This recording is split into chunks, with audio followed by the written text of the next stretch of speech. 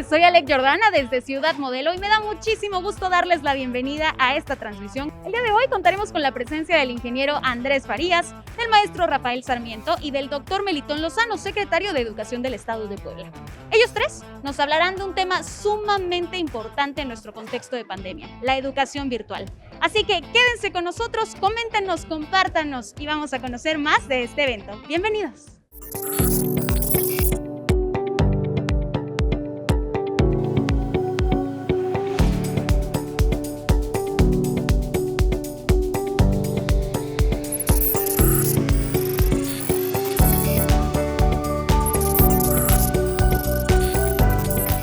En este momento nos encontramos con el ingeniero Andrés Farías, catedrático de la UTLAP. ¿Cómo está? Buenas tardes. Muy bien, muchas gracias por la invitación. No, gracias a usted por estar aquí con nosotros y la verdad es que tenemos muchas dudas porque esta pandemia vaya que nos ha movido absolutamente todo, pero en materia de educación creo que todavía un poquito más. Es por eso que tengo preparadas algunas preguntitas para usted para que nos ponga al tanto. Muchas gracias. Por aquí le quiero preguntar, ¿cuáles son los principales retos a los que se han enfrentado las instituciones educativas a lo largo de esta crisis sanitaria? Bueno, básicamente, digamos, es una serie de retos que tienen que ver con la continuidad. A todos nosotros la pandemia pues, nos tomó descolocados. En primera instancia, la continuidad fue algo que a todas las familias y a todos los hogares nos afectó. En segunda parte, la conectividad, el poder resolver todos los aspectos de conectividad que tienen que ver con el tercero, que es el aprendizaje efectivo. Este modelo virtual y lo que viene, que son modelos híbridos, pues tiene que ver mucho con este asunto de la educación efectiva. Y por último, una serie de estrés que se generan en los educandos y en los educadores, porque este asunto de ver a una pantalla y tener encuadrado solamente una cara, pues ha representado estrés, además de que ha habido un sobretrabajo general. Y bueno, como catedrático de esta institución, me da curiosidad, ¿cómo fue que la UTLAP, en un primer momento, cuando todavía estábamos en una incertidumbre mucho más grande que la que tenemos en este momento, dio continuidad a las clases tanto a nivel licenciatura como en posgrado? Bueno, en general todas las universidades tuvimos que hacer un alto en el camino, aproximadamente duró entre 3 y 5 días, en los cuales hubo un replanteamiento. Afortunadamente el espíritu de comunidad, pero sobre todo el esfuerzo de las familias mexicanas, y en general en todo el mundo, nos ayudó a replantear los esquemas de trabajo virtual desde el modelo licenciatura, posgrado. Los muchachos están muy acostumbrados a trabajar con su computadora, pero al mismo tiempo también los docentes tuvimos que acostumbrarnos. Hubo una serie de capacitaciones y sobre todo lo que se le llama el peer coaching, la ayuda entre docentes, que es motivo, por cierto, de esta charla para compartir las experiencias de lo que hicimos bien y también qué no deberíamos de hacer para migrar los modelos presenciales a modelos digitales y modelos híbridos que en el 2021 vamos a ver. Y a propósito de este último punto, me gustaría preguntarle, ¿de dónde surge esta propuesta de un modelo híbrido de educación que me parece sumamente interesante? Nosotros venimos manejando, y eso todos lo sabemos porque tú, yo y nuestra amable audiencia hemos manejado modelos presenciales, y estos últimos meses han sido modelos virtuales solamente. Lo que viene en un futuro, porque sé que vamos a derrotar, digamos, esta pandemia, son modelos en los cuales la virtualidad llegó para quedarse. Y entonces vamos a expandir y vamos a tener la oportunidad de que las aulas no solo se queden en los asientos y en lo presencial, sino que además el aula se expanda de manera virtual a ocupar otros espacios para beneficio, obviamente, de primera instancia las familias y sus educandos, pero también del docente. Ya nos adelantaste un poquito, pero platícanos un poquito más a detalle en qué consiste este modelo híbrido una vez que ya se pueda poner en marcha. El modelo híbrido plantea la posibilidad de que el alumno pueda o no estar presente en la sala de clase. Para eso necesitamos salas de clase inteligente que permitan al docente, estando presente en la sala, pueda atender la educación virtual de una persona que esté presente en la sala, pero que también de un educando, de un estudiante que esté en remoto. No solamente en el intercambio de conocimientos, pero también de experiencias. Y eso es algo muy bonito porque eventualmente podamos tener a un gerente de producción, un gerente de mantenimiento, a un piloto de avión participando activamente en las clases y pudiendo intercambiar conocimientos con todos nosotros. Por eso ese es el carácter híbrido de los recursos presenciales, combinarlos con los recursos virtuales. Totalmente, y además de esta manera pues no se pone en riesgo a los alumnos, aquellos que deciden acudir a las aulas lo hacen y aquellos que no pueden hacerlo desde casa, ¿cierto?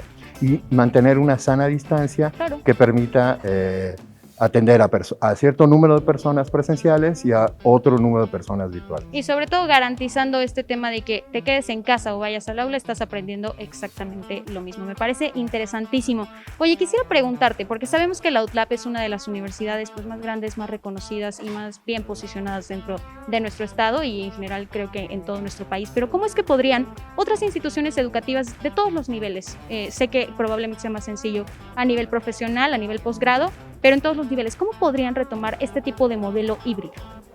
Hay varias herramientas en la red que permiten, en una forma más accesible, de hecho, investigadores como yo y algunas iniciativas particulares estamos desarrollando soluciones alternativas para que instituciones, afortunadamente la universidad tiene una tradición de herramientas de mucho tiempo, pero esas herramientas existe hoy, provocado por la pandemia, una gran oportunidad de que se accedan de forma poco más accesible en materia de costos y hay plataformas, el motivo de la charla que vamos a dar hoy, que permiten que empieces a tener una accesibilidad a esas soluciones, seas la institución del tamaño que seas. Nosotros como universidad también estamos teniendo una vinculación muy fuerte para apoyar a cualquier institución en materia de la preparación de migrar tu clase presencial al mundo digital. Pues muchísimas gracias, ingeniero. De verdad tenemos mucha curiosidad de su ponencia. Vamos a estar atentos y lo vemos más adelantito. Muchísimas gracias. Gracias. Hasta luego.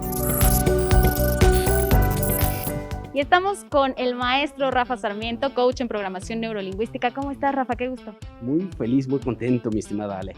Qué gusto tenerte aquí y sobre todo para que nos pongas al tanto sobre varios temas que nos preocupan a todos los estudiantes, a todos los docentes y a todos aquellos que están pendientes de este programa de educación virtual. Y bueno, sobre tu ponencia, que más adelante vamos a estar bien pendientes del tema, pues me gustaría que nos adelantaras un poquito a qué se refiere el concepto de disrupción. Claro, mira, normalmente el tema de la disrupción lo vemos enfocado en el ámbito de la tecnología, como es bien sabido, y es una palabra que incluso está de moda, pero que ha llegado. Ahora, el tema es verlo a otro nivel. ¿A qué me refiero a otro nivel? La vida periódicamente nos va a estar metiendo en esos procesos de disrupción personal. Cuando digo disrupción personal significa algo como que se rompió de una manera habitual, tradicional, por lo tanto ahora se opera de manera diferente en la mente, en el comportamiento. Y la vida siempre nos va a estar metiendo cada determinado periodo, a veces son 5 años, a veces son 10 años, a veces son 3 años, no sabemos. Y a eso se refiere el tema, donde ahora la vida te sacude drásticamente para innovar, sobre todo. Perfecto. Oye, ¿y cómo es que se llega a ese punto de disrupción personal? Es muy curioso de cómo se llega y me encanta mucho tu pregunta. Aquí yo creo que la vida tiene preparado para cada uno de nosotros un momento, un espacio para llevarnos a esos rincones y ahí es cuando se dispara. A veces hay personas que, lo que voy a decir, lo lamento mucho, a través de algún accidente que, claro, lo lamento mucho, pero a veces es a través de la pareja o de los hijos o de que conoces a una persona clave y esa persona clave te va a llevar a otro nivel. Y ahí es cuando se da este rico proceso. Oye, ¿y cómo afectaría en este contexto de pandemia la disrupción personal? Yo creo que pues esto también puede ser un punto de quiebre para muchos, ¿no? Claro. Precisamente porque es un punto de quiebre. Y al decir un punto de quiebre, significa que no estábamos preparados para esto. Nadie estábamos preparados para esto. Por lo tanto, es importante que empecemos a jugar esta parte psicológica que nos va a permitir cómo manejar, cómo llevar precisamente esta disrupción personal, ese punto de quiebre drástico que ahora la vida nos está sacudiendo sin lugar a duda a todos. Oye, ¿cuál es el papel de la educación virtual dentro de la disrupción personal, tanto de los alumnos como de los docentes? Ok, es un papel crucial. ¿Por qué? Tanto en el formato de la educación, porque el cerebro siempre necesita estar aprendiendo todos los días. 25 de diciembre, sí, todos los días es estar aprendiendo. Por lo tanto, la disrupción también tanto llegó para quedarse, sobre todo en el tema de la educación. Hoy el formato ha cambiado, tanto en un formato más virtual como posiblemente en un formato híbrido. ¿A qué me refiero híbrido? Tanto una parte de manera online, virtual, y por otro lado en el esquema presencial. Por lo tanto, apenas estamos viendo ciertos puntos, ciertos elementos que después nos van a permitir ahora ya que los modelos de educación se vayan trabajando más a mediano y largo plazo. Me surge una duda adicional. ¿Existe disrupción personal de forma positiva y de forma negativa o siempre va dirigido hacia un punto en específico? Muy buena pregunta. Cuando no sabemos manejar esta disrupción personal, decíamos, el destino tiene determinados momentos. Cuando no lo sabemos manejar, nos marca la vida. Tan es así que las personas quedan tan marcadas que quedan ahí. Por lo tanto, hay ese tema negativo cuando las personitas no lo saben manejar y todo lo contrario, cuando a partir de ahí crecen y surgen como ave fénix. Oye, y tú eres un experto en el tema. Ya para terminar con tu entrevista, por favor, platícanos cuál es la relación entre programación neurolingüística y disrupción personal. Son íntimos amigos. ¿A qué me refiero? La programación neurolingüística lo que nos permite es estar actualizando nuestros programas mentales que tenemos en la mente. Eso tiene mucho que ver porque nos acompaña a cómo llevar este proceso de disrupción personal, donde el cambio ya es sí o sí. Y ahí es donde entra la programación neurolingüística, más que para agilizar, nos da las herramientas de cómo llevar todo este proceso de innovación y de cambio a través de esta disrupción personal. Pues muchísimas gracias, Rafa, de verdad ha sido un gusto. Tú ya has platicado con nosotros en Canal 6 y encontrarte de nuevo aquí en este evento de educación virtual, de verdad que nos pone muy contentos. Vamos a estar bien pendientes de tu ponencia y te vemos más adelante. Un gusto para mí, Ale. Gracias.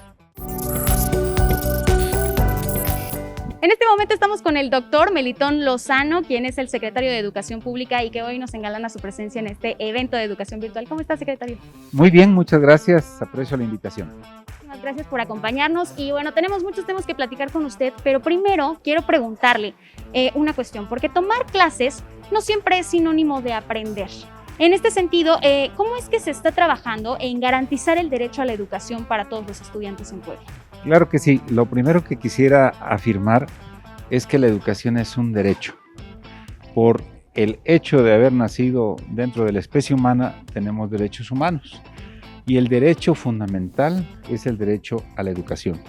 Por lo tanto, hay que garantizarlo, en crisis o no en crisis. El reto que tenemos es cómo garantizamos este derecho ahora con las transformaciones de estar en un aula al estar en casa. Y ha tenido que haber un gran trabajo, un gran compromiso de maestras, maestros y una gran creatividad para generar procesos de adaptación y no creer que la educación a distancia sea sinónimo de Internet. Entonces, hoy los maestros y maestras han tenido que flexibilizar los procesos, generan guías contextualizadas para los alumnos. Muchos maestros visitan a sus alumnos los días lunes, regresan el viernes a la retroalimentación, utilizan grabaciones de clases adaptadas a los intereses y necesidades de los alumnos. Han participado más de 500 maestros grabando contenidos en el Sistema Estatal de Telecomunicaciones. Por otro lado, las estaciones de radio también son de gran ayuda. Existen aplicaciones en el celular, tenemos datos sistematizados que aproximadamente el 80% de los alumnos tienen un dispositivo, sea computadora, sea celular, y hay una aplicación que se llama Nearput que ha sido de gran utilidad y la estamos utilizando. Por otro lado, se tienen los libros de texto. El libro de texto es la base y generalmente están organizados de tal suerte que generen un proceso educativo. Entonces, todo este conjunto de herramientas son de las que hemos echado mano para poder llevar a cabo y garantizar el derecho a la educación en estas circunstancias. Perfecto. Y un poco en este sentido, ya nos ha adelantado algunas de las estrategias y algunos de los materiales que se han utilizado durante la pandemia, pero ¿cómo es que se garantiza el derecho a la educación, sobre todo en las comunidades marginadas? ¿Y qué es lo que va a suceder con estos estudiantes una vez que podamos superar la pandemia, podamos regresar a las aulas? ¿Qué estrategias se van a implementar para que ellos puedan regular sus conocimientos? Claro. Algo sumamente importante es recuperar los saberes de los alumnos y las alumnas. De pronto creemos que los saberes, diríamos, oficiales, formales, son los únicos, y no. Todos los niños, las niñas, los adolescentes tienen saberes familiares, comunitarios que hay que recuperar. Segundo, es sumamente importante diagnosticar el aprendizaje, pero diagnosticarlo a partir de las circunstancias. Es decir, el punto base no es la comparación de un alumno con otro, sino es la comparación en sí mismo, cuál es mi punto de partida y por dónde tengo que avanzar en la consecución de los aprendizajes. Y la otra tiene que ver con procesos de compensación. Sí, indudablemente que se logran muchos de los aprendizajes, pero otros quedan necesariamente dispuestos para una compensación y es lo que tenemos que hacer. Ahora bien, la pandemia yo creo que nunca se va a superar del todo, más bien hay que aprender rápidamente, generar respuestas pertinentes y adaptarnos a esta nueva circunstancia. Y una duda que seguramente será del interés de muchas de las personas que nos están viendo en este momento es ¿cuál es el papel de los padres de familia dentro de este proceso de educación a distancia, de educación en línea? ¿Hasta dónde deben involucrarse? ¿Hasta dónde deben quedarse? Y sobre todo, ¿qué pasa con aquellos papás que por trabajo o por su formación no pueden estar tan al tanto de sus pequeños? Muy valioso el aporte de los padres de familia y les envío un reconocimiento porque gracias a ellos también ha sido posible salir adelante en esta crisis. Y siempre le decimos que no se estresen, que los papás estén tranquilos porque no les toca a ellos enseñar. Les toca 3 cosas. Primera, garantizar las condiciones para que puedan ellos estar en el hecho educativo. Y cuando digo garantizar significa pararlos temprano, que se bañen, que estén en una atmósfera adecuada. No se requieren lujos, una mesita, su cuaderno, su libro y listos. Segundo, que puedan estar monitoreando su trabajo. A ver, siéntate, si ya te cansaste, descansa un poco. Y finalmente, estar atentos a la estabilidad emocional, porque los niños, las niñas, indudablemente que tienen transformaciones emocionales muy fuertes en este cambio y que estén atentos y que la comunicación con sus maestros sea muy estrecha para poder buscar alternativas. Eso es lo que les pedimos a los papás, no que enseñen matemáticas, física, nada de eso, solamente que apoyen y que motiven a sus hijos. Totalmente. Y secretario, ahora vámonos con los maestros. Sí. ¿Cuáles han sido los principales retos para los docentes a lo largo de estos meses de pandemia y cómo es que los han asumido? Claro, mira, el principal reto es tener que haber llevado a cabo un proceso de adaptación. No es lo mismo estar en el aula y tener ahí a los alumnos y de pronto tenerlos a distancia. Es como si fuéramos un explorador. Yo voy a guiar a alguien a distancia y si lo tengo enfrente le digo izquierda, derecha, pero si lo tengo lejos, tengo que generar una ruta. Eso es importante.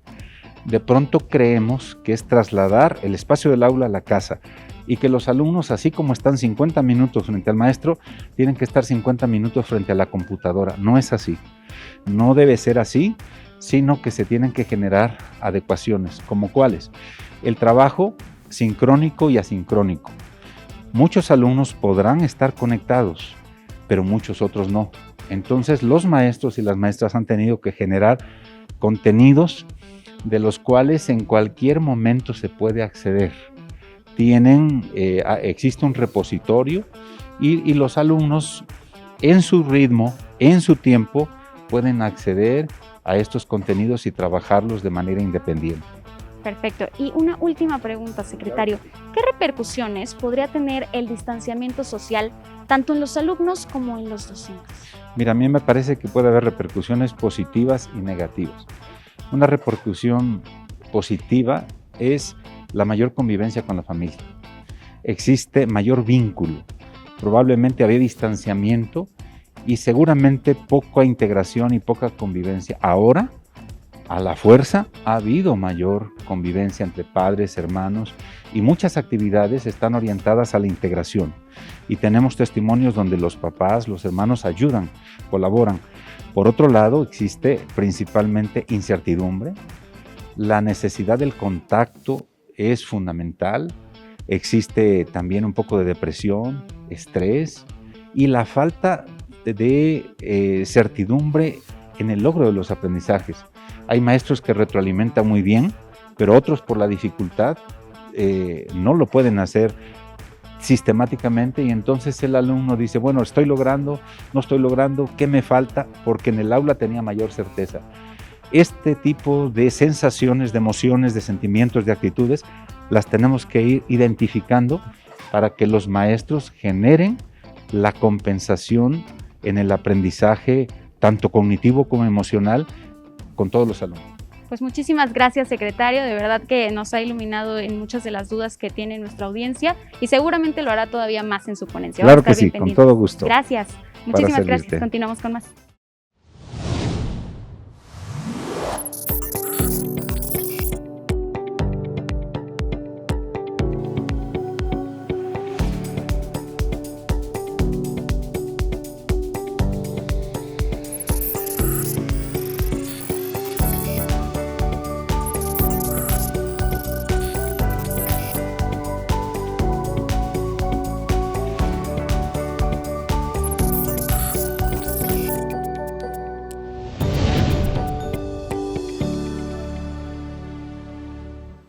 A continuación, invitamos al licenciado Víctor Alejandro Correao a que nos dirija un mensaje como director de Ciudad Modelo para todos nuestros asistentes. Quiero dar la bienvenida a todas y todos los presentes. Bienvenido, secretario de Educación, doctor Melitón Lozano. Gracias por tomarse el tiempo de acompañarnos en este espacio. No dejo de dar la bienvenida también a nuestros ponentes, Andrés Farías y Rafael Sarmiento. Muchas gracias.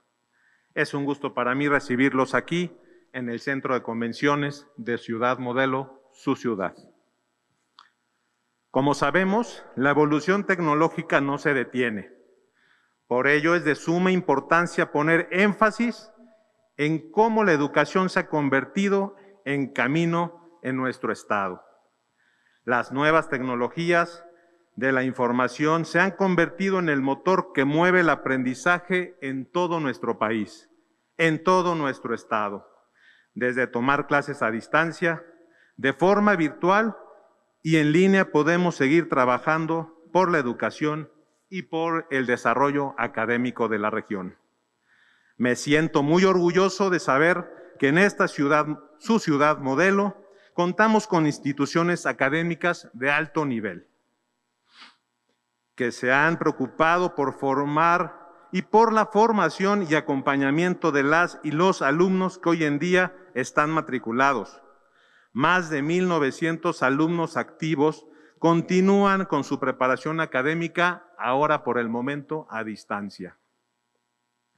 Responsables y preocupados por continuar con su crecimiento cada día, demuestran que la educación es uno de los pilares fundamentales para lograr el desarrollo de sus capacidades. Quiero compartirle, doctor, que debe estar usted muy orgulloso de esta región, de esta ciudad, de las instituciones que aquí están asentadas, desde el centro escolar, que tienen su oferta académica, los niveles de educación de maternal hasta bachillerato, la Benemérita Universidad Autónoma de Puebla, la UTEBIS, digna universidad y digna rectora que también nos acompaña el día de hoy, y que, como dije, hay más de 1,900 alumnos hoy estudiando, si bien derivado de la pandemia por COVID-19, en sus casas de manera remota, y en breve seguramente, en cuanto el titular del Ejecutivo, el licenciado Miguel Barbosa Huerta, así nos pueda y nos dé acceso a ello, vendrán nuevamente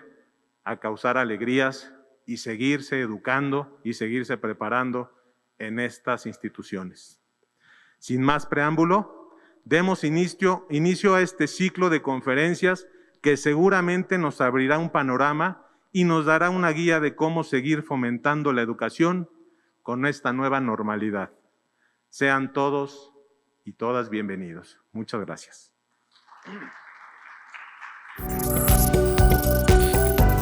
Momento de comenzar con el primer tema de esta tarde, que es uso de herramientas tecnológicas para modelos de educación híbridos, a cargo del ingeniero Andrés Farías González. Conozcamos un poco más sobre nuestro ponente.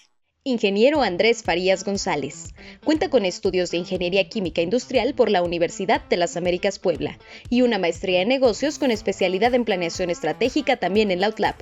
Además, cuenta con estudios de posgrado en planeación estratégica en la Universidad Argentina de la Empresa y como complemento tiene 3 diplomados, uno en Administración de Calidad, otro en Administración de Empresas Familiares y uno más en Gestión de Ventas.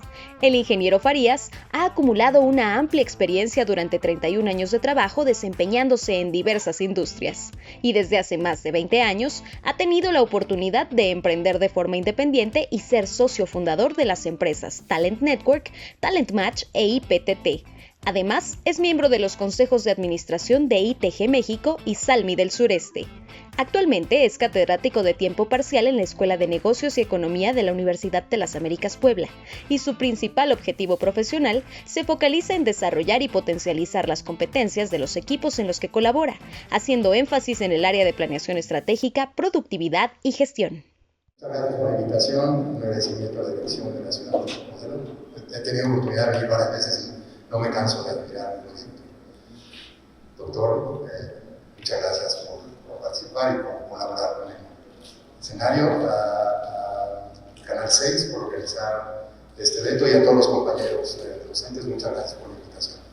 Yo soy un apasionado de la educación, pienso que es la actividad que puede fomentar democráticamente la nivelación de este gran país, y creo que formar a la gente, detectar al talento, acompañarlo y conducirlo es una labor muy interesante. Producto de la pandemia, todos estamos aprendiendo de la educación virtual y todos estamos aprendiendo de estos fenómenos que llegaron para quedarse. El día de hoy voy a tener la oportunidad de compartir 3 reflexiones que nosotros, desde las instituciones que tenemos contacto en Talent Network, estamos trabajando. Primeramente, volver a platicarles que yo soy un maestro. Tengo aproximadamente 150 alumnos. Recién la semana pasada terminé mi semestre y tuvimos la oportunidad de compartir estos últimos semestres lo que ha pasado con la pandemia. Y lo que vengo a decirles y lo que le vengo a platicar el día de hoy tiene que ver con 3 aspectos fundamentales, digamos, de la educación. Primero, digamos que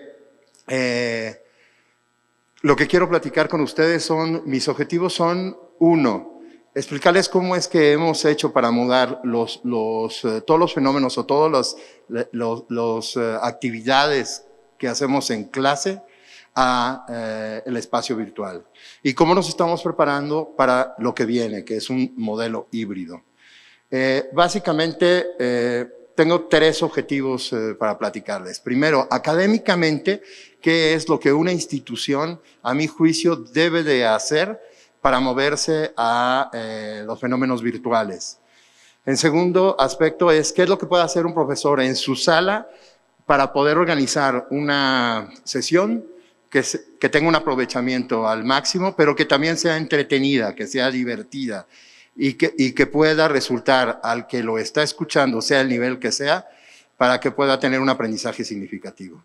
Y en tercer punto, las herramientas que estamos utilizando y que estamos recomendando para que instituciones de la envergadura de cualesquiera que sea, desde una escuela primaria, desde un kinder o una universidad, puedan entrar al modo virtual. Básicamente, primero lo que les quiero platicar es sobre el aprendizaje colaborativo. El aprendizaje colaborativo en aulas virtuales, nosotros nos estamos dando cuenta que es una de las formas más significativas de cooperar. Y al cooperar, al enseñar, al ser un desafío, esa es la forma en la cual tú puedes aprender más. Es decir, a medida que hagas competencias en tus salas de clase, a medida que los chicos interactúen entre sí y puedan competir de cualquier manera, el aprendizaje se va a elevar.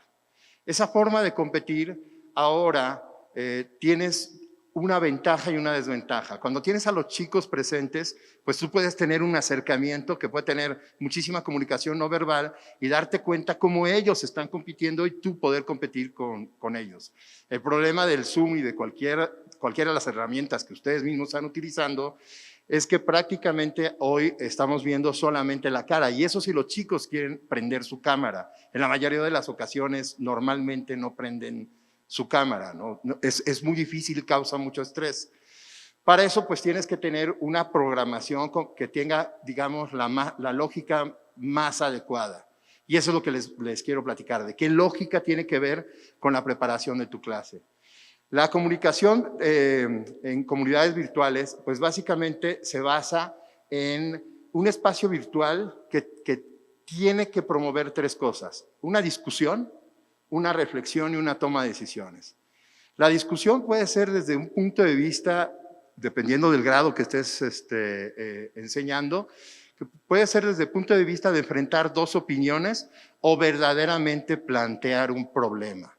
Y ese planteamiento de problemas pues va a ser lo que te va a hacer rico el modelo del debate. Sin embargo, esta discusión pues tiene que tener ciertos principios. Primero tienes que articular qué discusión, qué es lo que vas a discutir. El segundo es qué conflicto les vas a causar y por último es cómo vas a construir conocimiento a través de esa discusión, el planteamiento normal. No sé si ustedes han notado que hasta ahorita no he hablado de computadoras, estoy hablando de fenómenos de educación simples. En ese sentido, nosotros creemos mucho en el proceso de generar conflicto de Vygotsky, que es a través de experiencias reales puedas tratar de explicarle a tus alumnos cómo funcionan las cosas. Les doy un ejemplo. Este semestre a mí me tocó dar clases de cultura emprendedora, de creación de empresas y de fundamentos de administración, primero, tercero y quinto semestre. Lo que hicimos fue, a través de retos fomentados de manera virtual, provocar salas de discusión en los cuales todos los alumnos en esos semestres tuvieron la oportunidad de ir planteando, primero, cuál es la misión de una empresa, por ejemplo. Segundo, qué tipo de empresa podrías crear, cómo podrías conocer tus clientes. Intentamos que los alumnos conocieran aproximadamente a 30 clientes, cada uno de ellos. Después de eso, que organizaran un evento virtual con esos 30 clientes en los cuales, sin pagar ellos nada, es decir, consiguiendo algún tipo de patrocinio, etcétera, pudieran tener, digamos, alguna interacción con los clientes. Todo esto que les platiqué lo programamos en la primera semana de clases. En la segunda semana de clases, en equipos de 3, todos lograron su cometido. Al final de la semana de clases les pedimos que relataran qué fue lo que hicieron. Y entonces, después de todo esto, les empezamos a platicar que eso que ellos hicieron, pues es parecido a un evento como el que estamos haciendo. Y para un chico de 17 a 20 años, es algo extraordinario empezar a reconocer que ellos hicieron la planeación, la organización, la ejecución y el control, que son todos los pasos de la administración de forma viva. Es decir, primero les demostramos cómo se hace y después les enseñamos que eso que habían hecho es un aprendizaje significativo. Esos aprendizajes significativos pues dependen de muchas herramientas. Las herramientas pues tienen que ver con la interacción, por ejemplo, que estamos teniendo ustedes y nosotros. En ese momento nosotros nos planteamos una duda. Ahora que regresemos a clases presenciales, así como estamos con ustedes, ¿qué vamos a hacer con estas herramientas que nos funcionaron muy bien? Voy a permitirme hacer un ejercicio con ustedes, si me lo permiten, y les voy a lanzar una de las herramientas que utilizamos en aula. Le voy a pedir a Ivonne, por favor, ella es mi esposa, temporalmente mi asistente, algo me va a costar. Vamos a entrar, por favor, a una herramienta que se llama menti.com. Yo sé que les pican mucho los dedos y que algunos de ustedes están conectándose con la oficina, pero ahora, si pueden, entren en su navegador a esta página web, menti.com, en su Safari, en su navegador, en su celular, entren a menti.com. Cuando entren a menti.com, si me hacen favor de entrar a menti.com, les va a salir una pantallita donde viene un número. Yo sé que ustedes no ven el número, pero se los voy a dictar. Por favor, digiten el número 45 55 477. Se los vuelvo a repetir. 45 55 477. Y en ese lugar les va a aparecer una encuesta. La primera pregunta de la encuesta es, ¿cuáles son los beneficios de las clases virtuales? Y les pido, por favor, que me den su opinión. Escriban libremente 3 opciones que ustedes consideran que son importantes o que son los beneficios que dan las clases virtuales. Por ahora estamos esperando. Cuando terminen den intro Disponibilidad de tiempo, ritmo propio. Muy bien, muchas gracias. Tenemos un participante.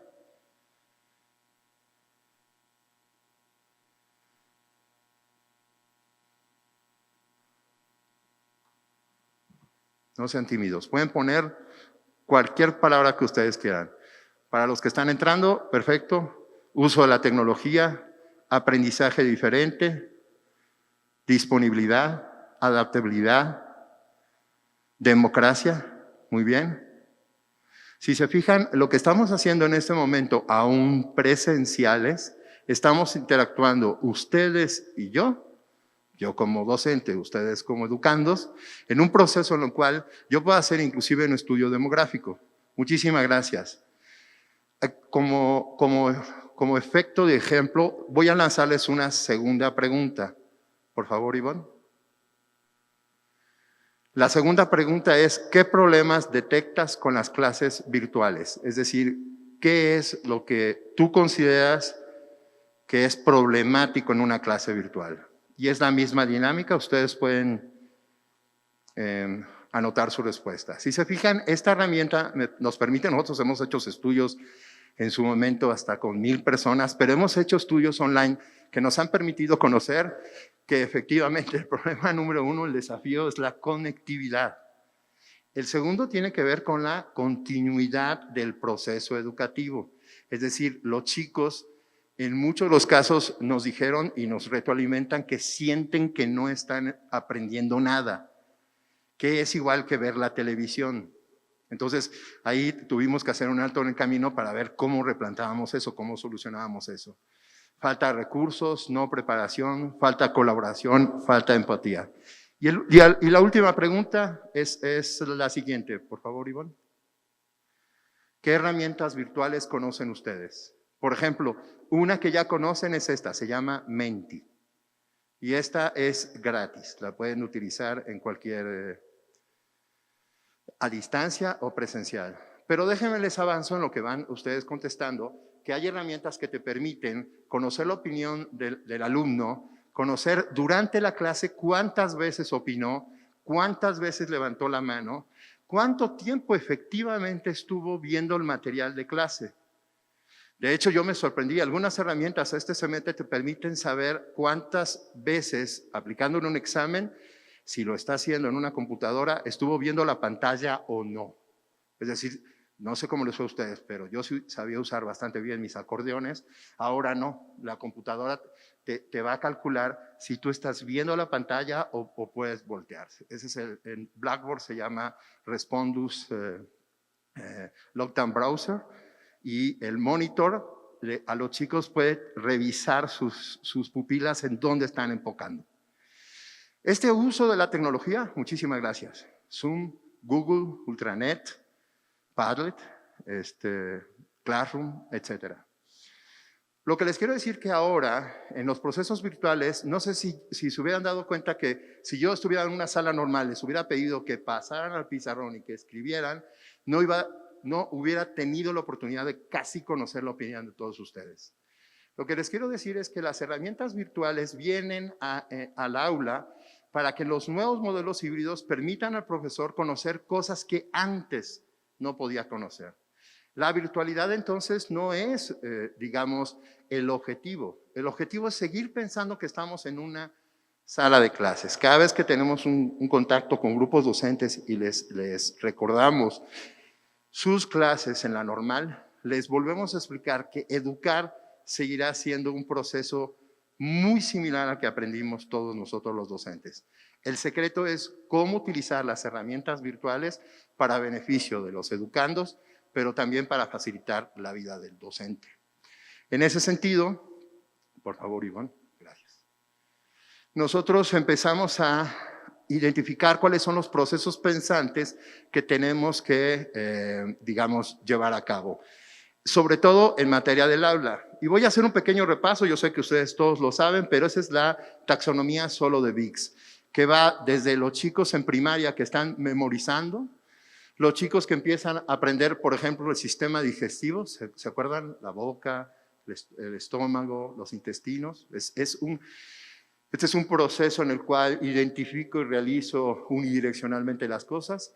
Cuando yo ya empiezo a definir el sistema digestivo, nervioso central, el esqueleto, y empiezo a hacer un conjunto de conocimientos, cuando lo relaciono para saber qué es un ser humano, qué es un animal, qué es un vegetal, y cuando puedo hacer conclusiones. Todas esas actividades las podemos traducir a 5 competencias básicas de colaboración. El conocimiento, que tiene que ser la responsabilidad de cada quien, la colaboración entre los estudiantes, la interacción cara a cara o virtual en grupos pequeños, las discusiones y las habilidades interpersonales que tenemos que fomentar con los chicos y el procesamiento de equipo. Todo eso nos lleva a un concepto que es en ocasiones muy difícil de explicar, que es sinergia. Como normalmente le explicamos a los chicos, es como si tuviéramos 2 pasteleros trabajando separados y a ellos les cuentan los pasteles completos. Uno puede hacer 2 pasteles y un cachito y otros 2 pasteles y un cachito. Si trabajan de formas separadas, como solo les cuentan los pasteles completos, pues obviamente los pasteles que pueden entregar entre los 2 son 4. Pero si trabajan juntos, esos 2 pasteles y cachito y los otros 2 pasteles y cachitos se pueden complementar de tal manera que puedan ser 5 pasteles. Entonces, la virtualidad, una de las primeras cosas que nos presenta es la posibilidad de que trabajemos juntos para lograr tener mayor productividad.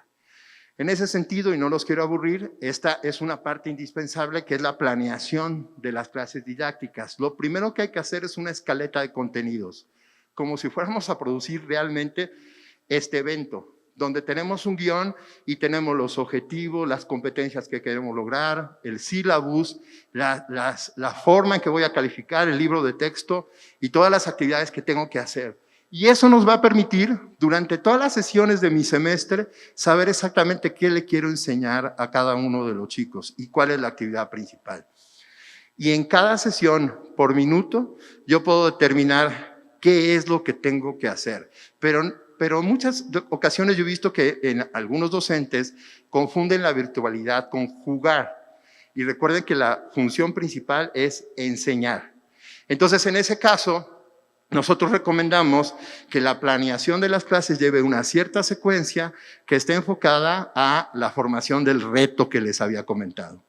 Y en ese sentido, tenemos tanto la escaleta como contenidos y la organización, y cuando sabemos qué es lo que tenemos que hacer en la sala para provocar esa sinergia, entonces yo ya puedo utilizar herramientas.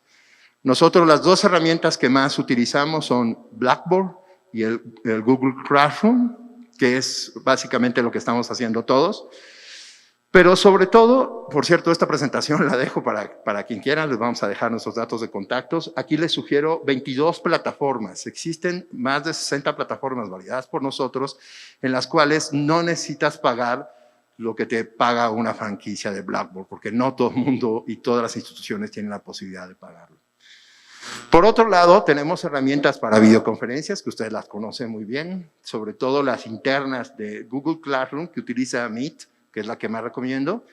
Y nosotros recomendamos mucho el uso de videos, que por cierto, con mucho gusto, yo estoy viendo que en general la SEP y todo el mundo tiene unas producciones. Yo doy clases basado en mucho del material que desarrolla SEP. Eso, pues yo quiero dar un reconocimiento público, que realmente los contenidos que tiene SEP en todos los niveles son formidables. Por último, en exámenes yo recomiendo Google Forms, que es una de las que más utilizamos nosotros los docentes, amén de Blackboard, y recomiendo 5 herramientas.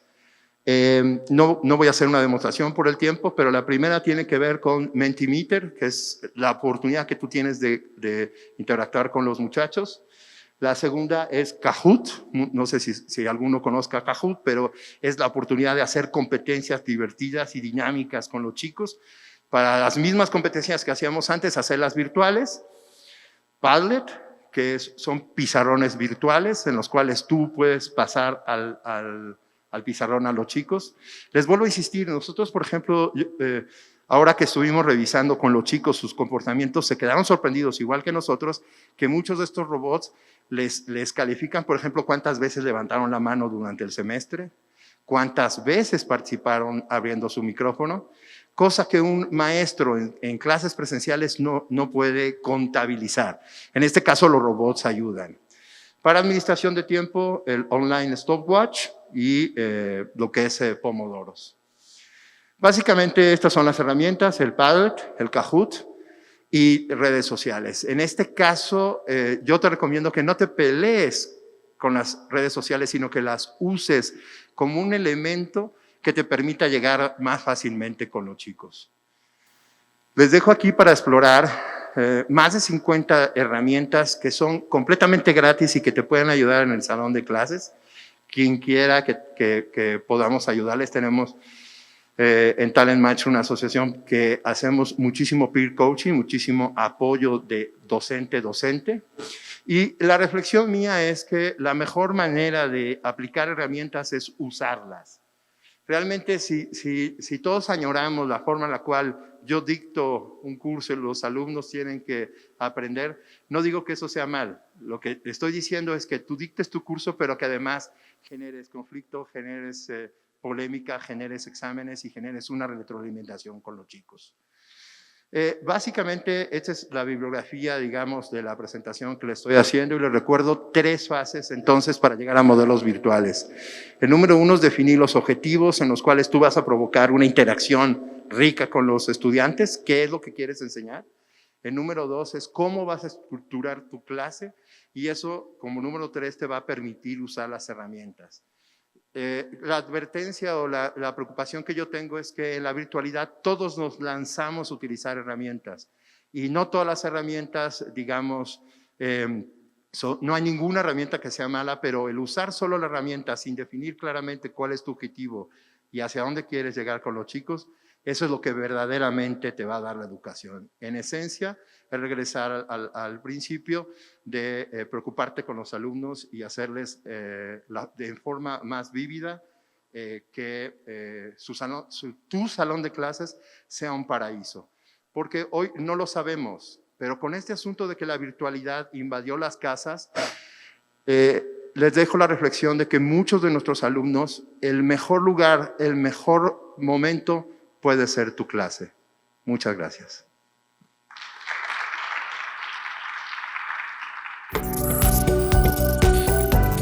Y es momento de dar paso a la segunda ponencia de esta tarde a cargo del maestro Rafael Sarmiento Medina, quien nos hablará sobre disrupción personal. Pero antes, conozcamos un poco más sobre su trayectoria. Rafael Sarmiento es licenciado en Contaduría Pública y Auditoría con maestría en Pequeñas y Medianas Empresas.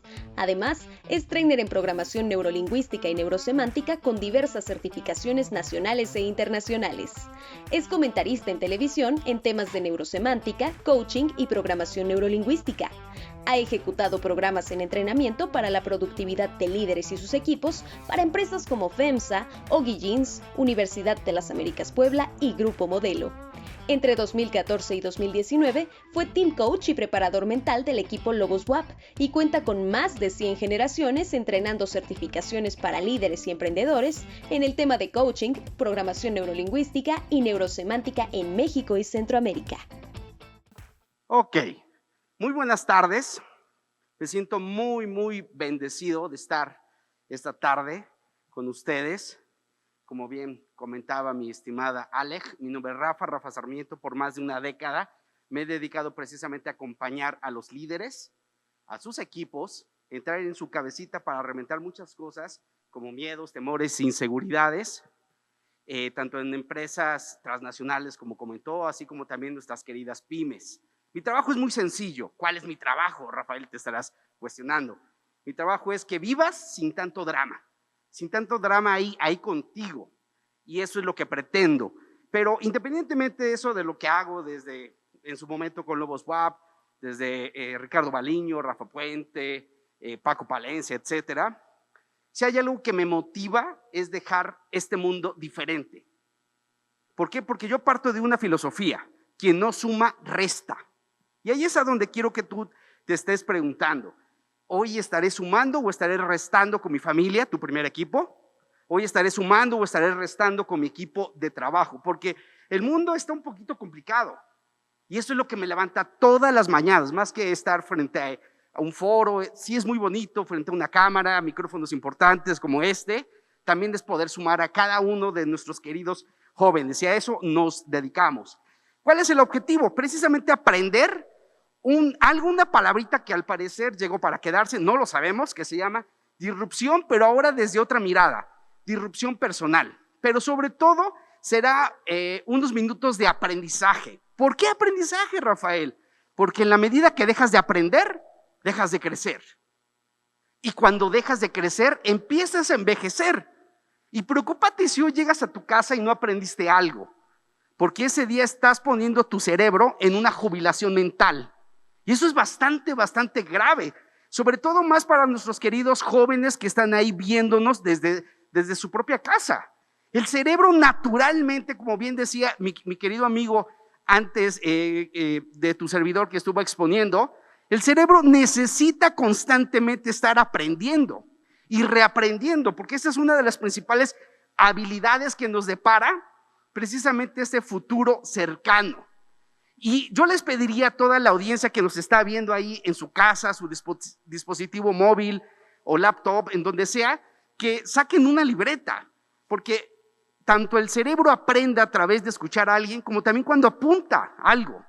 Y no tan solo eso, también cuando eso que apunto, yo genero una conversación.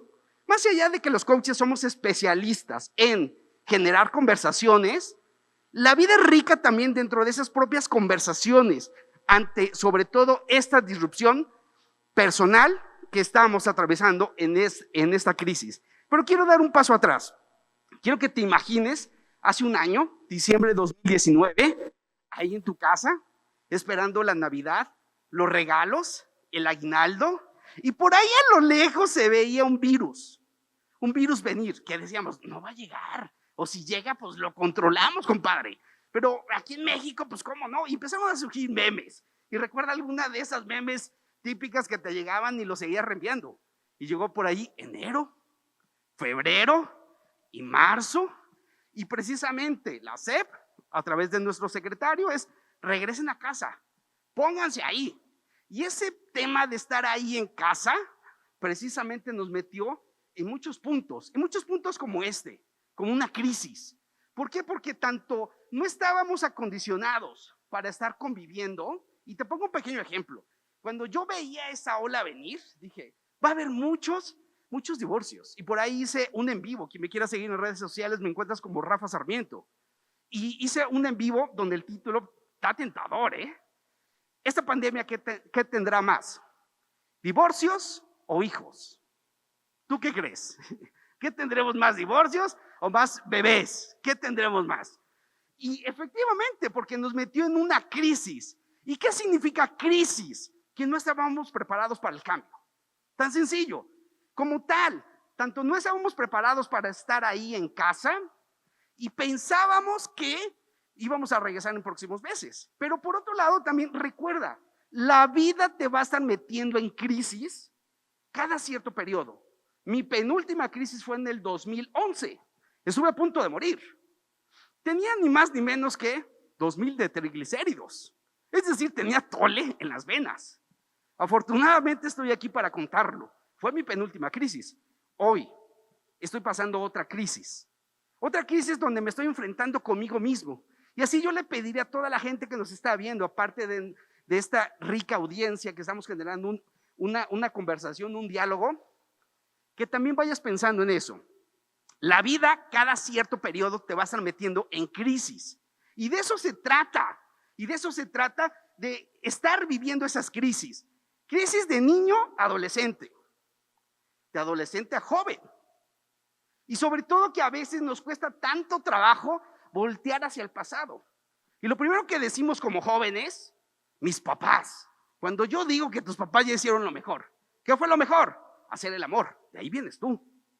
Pero a veces, aunque estamos aquí, hoy, 2020, mentalmente estamos en ese pasado. ¿Y cómo estamos en ese pasado? Porque no hemos cerrado esos ciclos de esas crisis que tú y yo hemos vivido. Y a veces brincan precisamente con algo que se llama las heridas del alma. ¿Cuáles son esas heridas del alma? Rechazo, abandono, humillación, traición e injusticia, que surgieron precisamente dentro de este proceso llamado infancia, pero que se reflejan en este 2020, sobre todo en esa crisis, donde tienes que aprender tú tienes que aprender, querido joven, a ser tu propio padre y a ser tu propia madre, para que vivas ese renacimiento. También la vida conmigo, yo pensaba que había sido gacha, 6, 7 años de edad, mi papá dice, me enamoré, pero no de tu mamá, de otra persona, y se fue de casa. ¿Y sabes qué?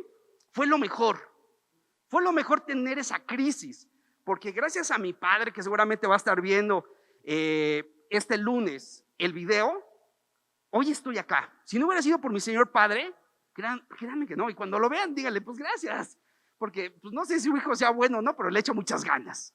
Entonces, es precisamente dentro de esas crisis que cada cierto periodo, a veces son cada 5 años, a veces son cada 7 años, no lo sabemos, pero tienes que estar volteando a ver eso, porque a lo mejor decíamos, crisis no, es que no estabas preparado para el cambio, a lo mejor tu pareja ya no quiere contigo, y no estabas preparado para eso. Las mamás, mano arriba, quienes son mamás, mamis, también vas a tener crisis, porque cuando tus hijos sean adultos, internamente los vas a seguir viendo con esos ojos de niños. Y está bien, no estoy diciendo que eso está mal, pero de eso se trata. Sobre todo dentro de esas crisis, hoy en día estamos pasando por incertidumbres. Mis queridos jóvenes que por allá nos están viendo también, principalmente porque estamos viviendo un proceso VICA. ¿Qué significa VICA? Volátil, incierto, complejo y ambiguo, donde este proceso va a estar constantemente dentro de nuestras vidas, de tal manera que tanto debemos de tener ese proceso de resiliencia. ¿Qué resiliencia? Palabras más, palabras menos, que debemos de salir de esas crisis y salir fuertes, y cuando pase el tiempo volteamos a ver y decimos, valió la pena. Valió la pena. Incluso yo personalmente no tengo un coach, tengo 2 coaches debido a esa crisis. Y siempre he dicho, terapia o coaching para ti, para ti, para ti, para ti, para ti, para ti, para ti, para ti, y más veces para mí, porque a veces estoy muy loco, en el buen sentido de la palabra, ¿vale? Precisamente para ser resilientes, porque eso nos lleva a un paso verdaderamente interesante. Resiliencia es que salimos fuertes, mucho más fuertes, donde volteamos a ver y decimos, valió la pena. Porque la vida así constantemente nos va a estar metiendo dentro de esas crisis, dentro de esas incertidumbres, procesos VICA, y principalmente estamos invitados a esa resiliencia. Y el cuerpo está diseñado para eso. ¿Qué pasaría si tú, espero que no, sales, vas caminando hacia aprender el arbolito y te caes? ¿Te quedarías ahí? La respuesta sería no, no te quedarías ahí. Y date cuenta cómo el cuerpo y el cerebro tienen esa capacidad. Psicológicamente hablando, es otra historia. A veces es otra historia, que no nos queremos dar ese permiso y a veces nos victimizamos. Y querido joven que nos estás viendo y escuchando, quizá a veces soy fuerte, soy ácido, soy crudo. Esa es parte de mi misión en mi vida. Más que coach, mi ideal es tocar más de 1 millón de personas, que haya apuntes, manuales, a lo que yo me dedico, porque eso es lo que me levanta todos los días, principalmente porque estamos viviendo un proceso de disrupción. ¿Qué es disrupción? Disrupción se entiende de la manera más o menos así. Si esto yo lo tiro y se rompe, ¿volverá a ser lo mismo? No, eso es disrupción. Es decir, rompe con modelos tradicionales. Es un parteaguas donde vienen comportamientos diferentes. Normalmente se le ve más al tema de disrupción al esquema de la tecnología. Muchas aplicaciones, ¿no? Que de mapas, que de servicios de automóviles, que comida, etcétera. Pero en realidad, aparte del tema de la tecnología, debido a esas crisis, a esas incertidumbres y a ese proceso de resiliencia, todos estamos llamados a ese proceso de disrupción personal. Y hoy más que nunca, donde una de las principales habilidades y competencias, y aquí está mi amigo que no me dejará mentir, no tan solo son mis queridos jóvenes allá que nos están viendo, no tan solo es en el tema técnico, sí, es muy importante. Ahora vienen otras habilidades que se les llama habilidades suaves o habilidades blandas. ¿Cómo cuáles? Como trabajo en equipo, como el manejo del estrés, como ser resiliente, como también saber manejar este proceso de disrupción personal.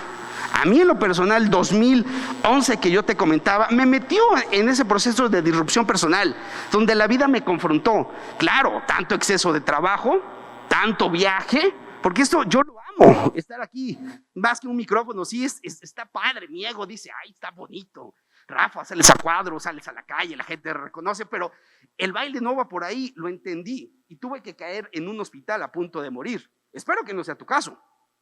Pero cómo gracias a ese 2011, estando a punto de morir, ahora ¿qué crees? Cómo de una manera más saludable, hago ejercicio, alimento mi mente, y de eso se trata, de tener esa salud mental. Querido joven, ahí en tu casa, es importante que estés buscando constantemente esa sed de aprendizaje infinito, como dice uno de mis mentores.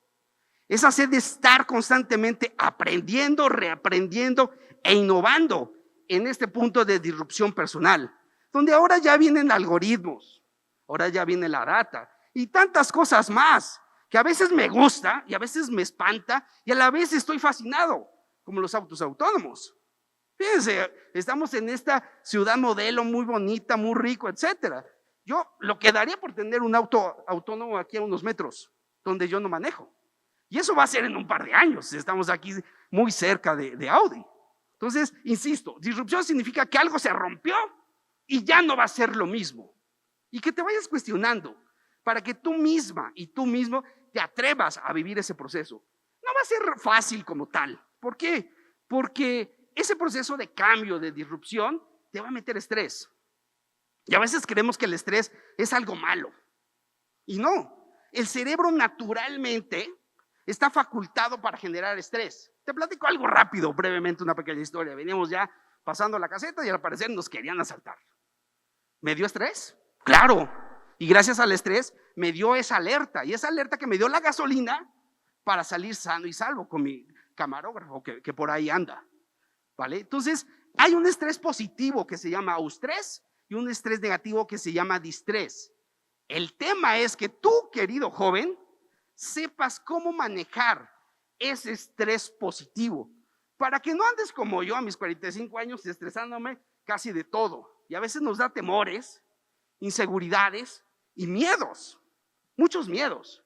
Naturalmente el cerebro, cuando estamos invitados a estos cambios disruptivos, en el cerebro nos da mucho miedo. Y el miedo es una pantalla de la mente donde ves algo, escuchas algo, sientes algo como tal. Por lo tanto, hay un miedo bueno. ¿Cuál es un miedo bueno? ¿Qué pasaría si dentro de este bonito centro de convenciones, es un supuesto, nos vamos todos y caminamos en la parte periférica de este edificio? ¿Te va a dar miedo? Por supuesto que te va a dar miedo, pero ese miedo es un miedo bueno, porque el miedo bueno te va a proteger ante una amenaza real. La mayoría de nuestros miedos son miedos malos. ¿Y miedos como qué tipo de miedos? Miedo a no ser amado por alguien, miedo a no ser suficientemente bueno, miedo al éxito. ¿Miedo al éxito, Rafael? Sí, yo he estado coachando a seleccionados nacionales y no tienes idea cómo tienen miedo al éxito o miedo al fracaso como tal. Por lo tanto, ahí la mente necesita, a través de esta metodología llamada programación neurolingüística y neurosemática, y aclaro, hay muchas metodologías más. La PNL me ha ayudado a mí en mi vida, pero no significa que es todo. También es importante generar ese pensamiento crítico, mi querido joven, ahí en tu casa, ¿vale? Precisamente para tener ese trabajo interno. ¿Por qué? Porque el 80%, mi querido joven y mi querida audiencia, es un trabajo psicológico, 20% es técnica, pero es más un proceso psicológico de creértelo.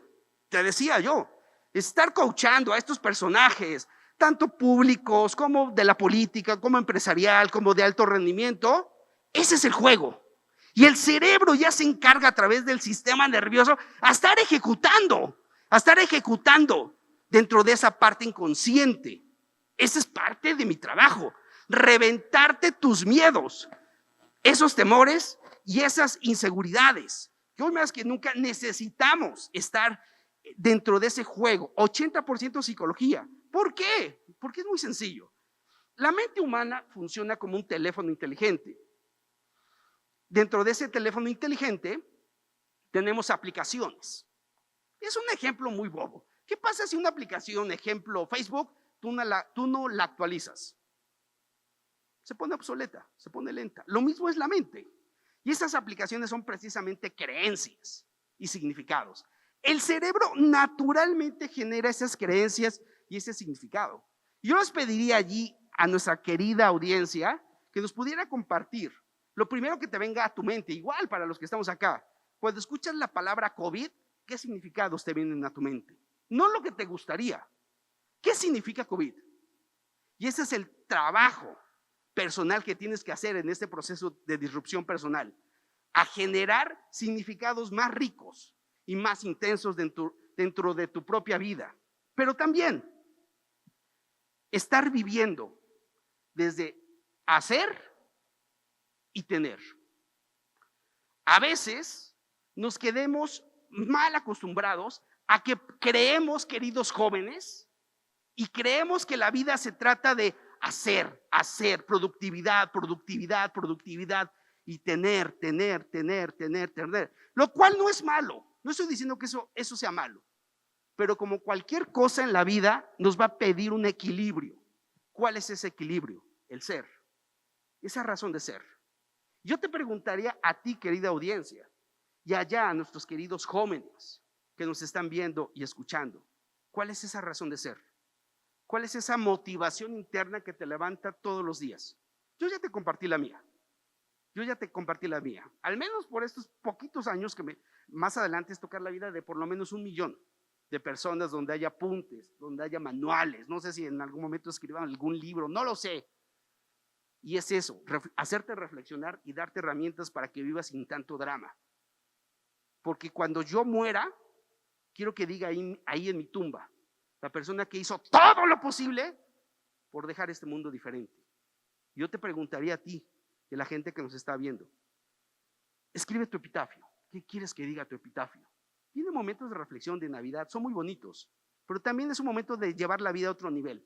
Es decir, buscar esa razón de ser, esa filosofía de sumar en los demás, y que esa filosofía de razón de ser vaya amarrado a un punto disruptivo. ¿A qué me refiero a un punto disruptivo? Me refiero a una palabrita, mi querido joven, que a veces ha sido muy manipulada, llamada autoestima. Rafael, autoestima, dale con lo mismo. En la autoestima, desde la neurosemántica estudia los significados de la mente. La definimos de la siguiente manera, y para mí es un poema. ¿Qué es el autoestima?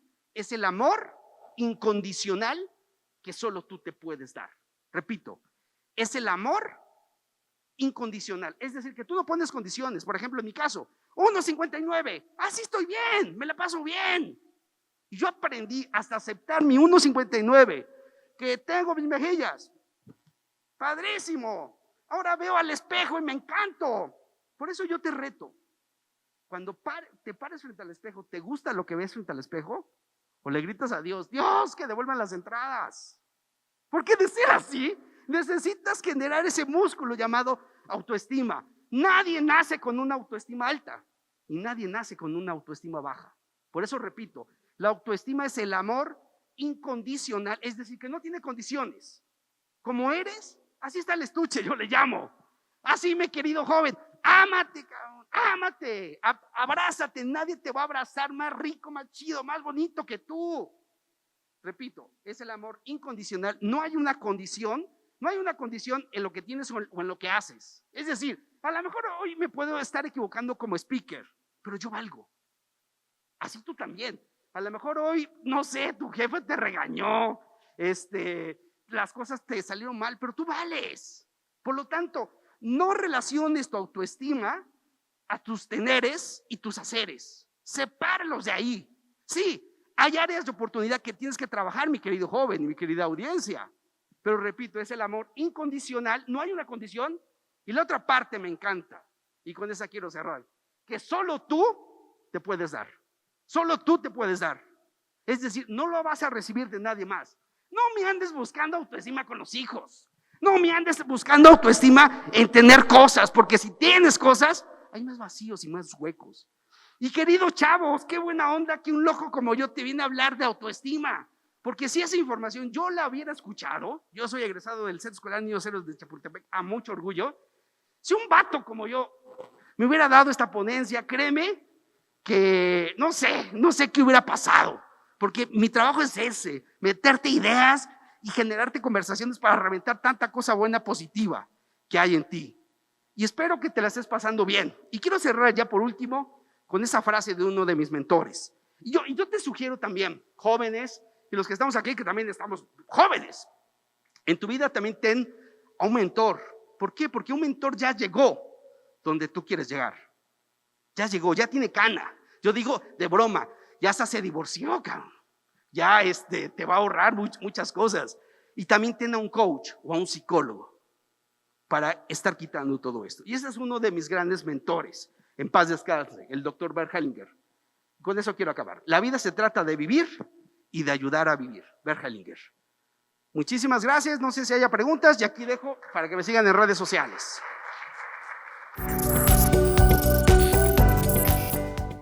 Y damos inicio a la tercera y última ponencia de este día a cargo del doctor Melitón Lozano Pérez, secretario de Educación del Estado de Puebla, quien nos hablará sobre perspectivas que garantizan el derecho a la educación ante la pandemia de COVID-19 en México. El doctor Melitón Lozano Pérez es originario de Izúcar de Matamoros, Puebla, profesor de normal primaria egresado de la Unidad Escolar Particular Miguel Cástulo de la Triste, licenciado en Educación Media con la especialidad en Biología por la Normal Superior del Estado, especialista en Planeación Participativa formado en la Universidad Javeriana de Colombia.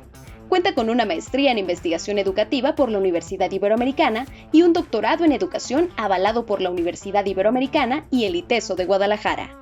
A lo largo de su trayectoria laboral, ha sido profesor de maestría, facilitador de diplomados para docentes y directivos de educación media superior y educación básica en varios estados de la República Mexicana y desde 1985 ha desarrollado una práctica docente en los niveles de primarias, secundarias técnicas y generales, así como en el Colegio de Bachilleres del Estado en los cargos de jefe de materia estatal de investigación educativa y docente en el plantel 12 de Izúcar de Matamoros.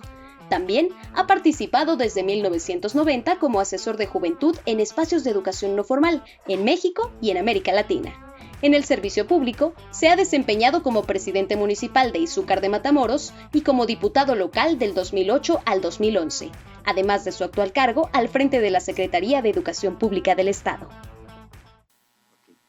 Buenas tardes a todas y a todos. En primer lugar, agradezco la invitación de Patricio Zorrilla, muy amable, de nuestro amigo Fernando Canales. Un saludo, por favor, a Víctor Alejandro, director de Ciudad Modelo. Una gran oportunidad de estar conociendo toda esta gran experiencia. A los ponentes, gracias por compartir su aprendizaje. Y a todas las representantes de las instituciones educativas que se anidan aquí en Ciudad Modelo.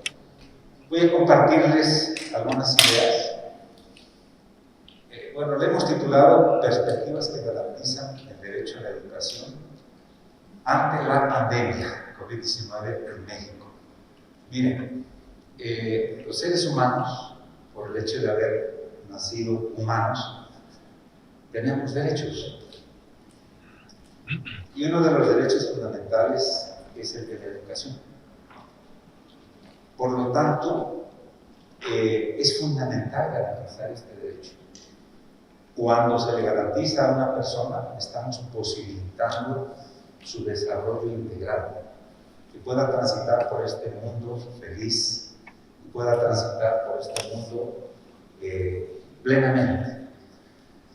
El derecho a la educación es un derecho bisagra, porque permite el acceso a otros derechos. Un ejemplo, una persona que tiene acceso al derecho a la educación puede comprender mejor cómo alimentarse. Y en este sentido sabemos que hoy quien se alimenta bien es más resistente a la pandemia. Una persona que tiene derecho a la educación seguramente razona mejor su voto y tiene un mejor acceso a los otros derechos, a los derechos civiles y políticos, derecho al trabajo. Por lo tanto, es un derecho claro y el Estado está obligado a garantizar este derecho. Ante la crisis del COVID-19, es sumamente relevante cómo podemos seguir garantizando este derecho. No obstante, haya cambiado la realidad de estar en un salón de clases y ahora estar en la casa. Bueno, ¿cómo garantizar este derecho? El proceso de aprendizaje integral y la excelencia educativa que plantea la nueva escuela mexicana exige de parte de los profesionales de la educación desempeñarse de manera reflexiva para atender de manera pertinente los desafíos que se le presentan al sistema educativo para garantizar el derecho a la educación en tiempo de COVID. Fíjense que en la Secretaría de Educación hemos adoptado lo que dice el presidente de la República. La educación no es un privilegio, es un derecho. Pero para que podamos aterrizar este concepto tan amplio, necesitamos hacerlo más completo. Por lo tanto, nosotros consideramos que el derecho a la educación se afirma cuando es asequible, accesible, aceptable y adaptable. Este esquema de las 4A del derecho a la educación es un marco normativo y al mismo tiempo un marco conceptual que guía el proyecto educativo en Puebla. Voy a tratar de explicarlo, porque al mismo tiempo se convierten en un reto, que la educación sea asequible. Cuando no estamos en pandemia, significa que existan escuelas suficientes, cercanas a los alumnos, maestros suficientes, maestros bien preparados, con conectividad, laboratorios. Eso es lo asequible. Pero ahora que estamos en pandemia, ¿en dónde está el reto? Porque estamos en casa. Entonces el énfasis se encuentra en estar presente en todas las casas de todos los alumnos de forma adecuada, con maestros que estén bien formados para brindar una educación a distancia, con recursos y materiales diversos en función de las características y necesidades de los alumnos. Aquí hay un reto claro, la formación de docentes. Los docentes deben de tener espacios de reflexión, espacios de retroalimentación, para que la esencia de la educación no cambie, sea en el aula o sea en la casa. El siguiente reto es de la accesibilidad.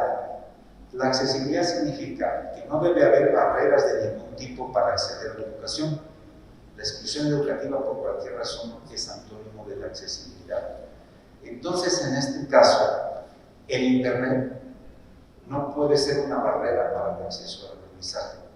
Por eso un servidor afirma que no es lo mismo educación virtual o Internet que educación a distancia. En el Estado tenemos aproximadamente el 24% de niños y jóvenes que tienen el acceso a Internet y por lo tanto, bien aprovechado, es muy útil tener la conexión sincrónica con sus profesores a través de diferentes aplicaciones. Pero ¿qué pasa con el 75% que no la tienen? Es necesario crear alternativas, crear otras posibilidades para garantizar el derecho a la educación y hablar de ellas en un momento. La siguiente dimensión del derecho a la educación es la aceptabilidad. Esto representa un acercamiento a la dimensión de la calidad de la educación, pero desde la perspectiva de los estudiantes. Esto significa preguntarles a las niñas, niños, que poco lo hacemos, a los jóvenes, cómo valoran la calidad de la educación recibida. En primer lugar, si les resulta placentera, si les está resultando útil para su vida actual y futura. Por eso, significa ajustar los aprendizajes para que coincidan con sus intereses, desarrollar contenidos útiles para su vida actual y futura, con planes de estudio contextualizados y metodologías a distancia pertinentes. Entonces, aquí viene la pregunta, porque cambió la realidad, por lo tanto, la pedagogía tiene que cambiar. ¿Qué es lo más relevante en este momento que un alumno tendría que aprender? Indudablemente que a cuidarse y a cuidar a los demás, a ser solidario consigo mismo y con los demás. Por lo tanto, uno de los aprendizajes relevantes son los que en este momento del contexto se hace necesario. Ese tiene que ver con la aceptabilidad.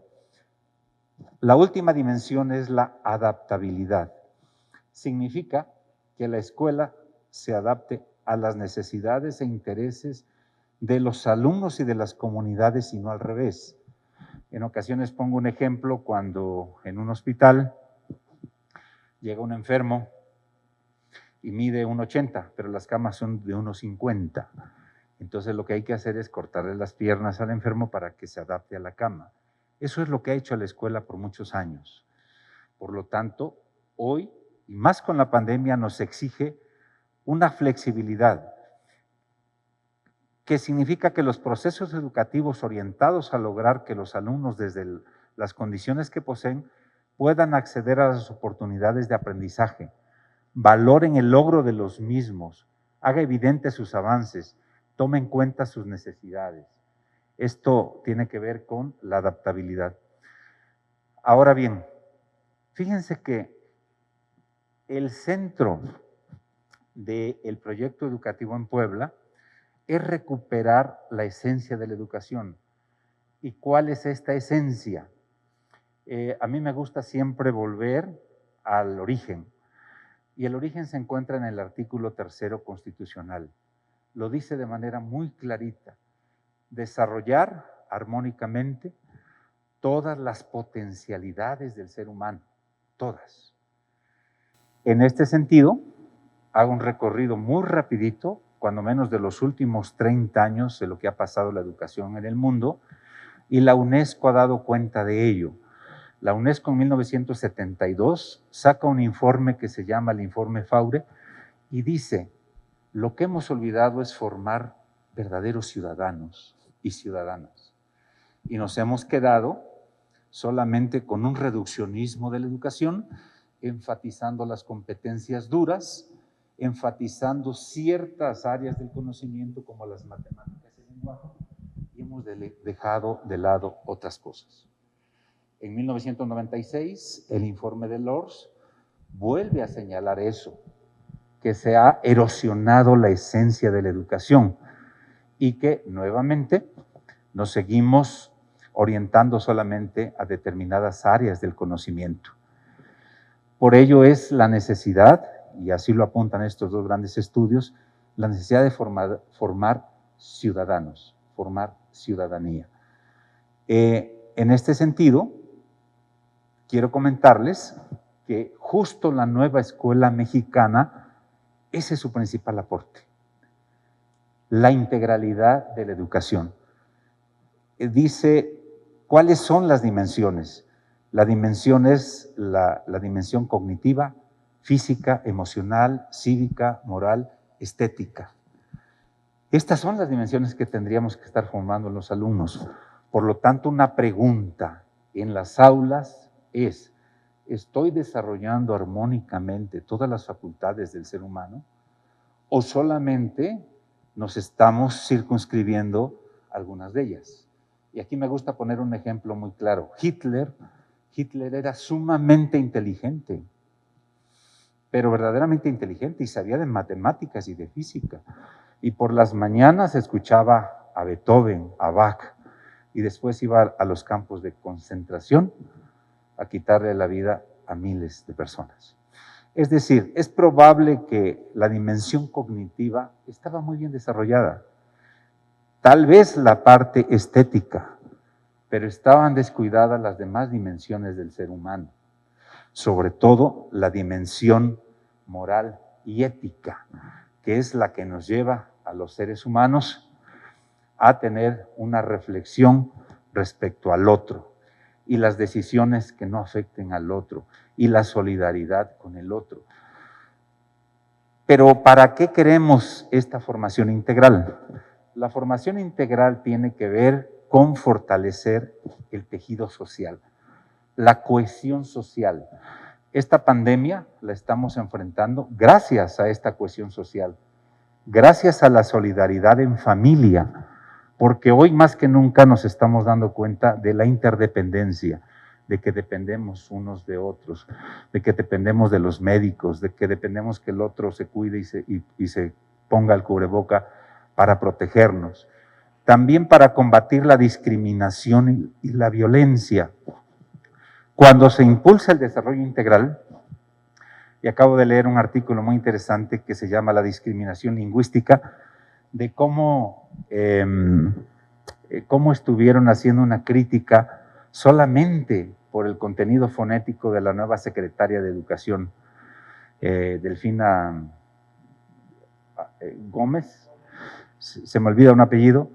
Es una persona muy bien formada, es una persona con una trayectoria increíble y el proyecto educativo seguramente irá en la línea de la nueva escuela mexicana, pero porque fonéticamente pronunció mal una palabra, viene la descalificación y la discriminación. Entonces, una persona formada integralmente generalmente respeta al otro en su legitimidad como otro, y eso es base para el aprendizaje. El otro aspecto es el de los derechos humanos. Vuelvo a repetir, los derechos humanos se convierten en el talante para poder valorar una sociedad. Una sociedad es mejor que otra en la medida en que posibilite la extensión de los derechos de los ciudadanos. Una sociedad es más democrática que otra en la medida en que los derechos sean una realidad y se materialicen. Por lo tanto, la escuela tiene que ser un laboratorio, tiene que ser un ejercicio diario de los derechos. De lo contrario, pareciera que la escuela está divorciada de la vida. Y en este momento, en la casa, justamente tiene que convertirse en el espacio de convivencia, de respeto, de no discriminación, de evitar la violencia, porque es parte de la formación integral de las niñas y niños. El siguiente es el pensamiento crítico. Existen diferentes tipos de analfabetismo.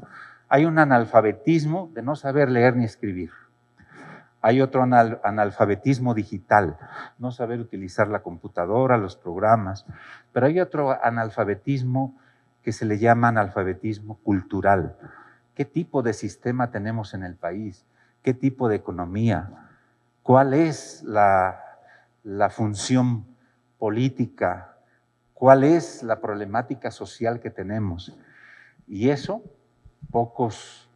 poca criticidad, porque generalmente se enfatiza más la parte memorística, la parte transmisional del conocimiento y poco la reflexión crítica, y le agregaría la parte ética. Para poder transformar esta sociedad requerimos un pensamiento crítico muy serio de por qué las cosas están como están y por qué no pueden ser de otra manera. Ese es el sentido de la nueva escuela mexicana y las dimensiones que tendríamos que estar abonando. Bueno, entonces, la educación a distancia tiene que ver con momentos de trabajo sincrónico y asincrónico.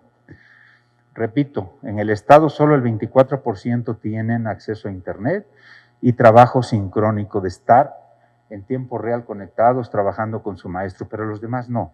Por lo tanto, la forma sincrónica es otro modo de que los alumnos tengan materiales portables y se puedan sentar a trabajar en el momento que su propio ritmo lo requiera.